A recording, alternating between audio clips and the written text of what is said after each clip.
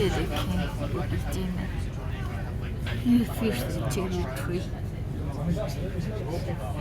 ये बगीचा छोटे छोटे चेरी ट्रीज।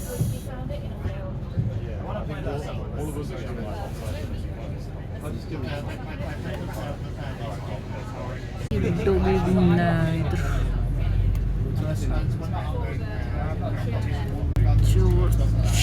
बड़ा चर्च है ये पुराना। ये पार्किंग एरिया, इधर सिनेमा हॉल है इसके पीछे उसका। ये इधर देखें ये राउंड अबाउट बना दिया है इधर, इसके राउंड अबाउट के चारों तरफ चेरी ट्रीज। जब तक राइट साइड से कारें आती रहेंगी बस खड़ी रहेगी, राइट साइड को प्रायोरिटी देते हैं। more cherries and more cherries। Church है इधर।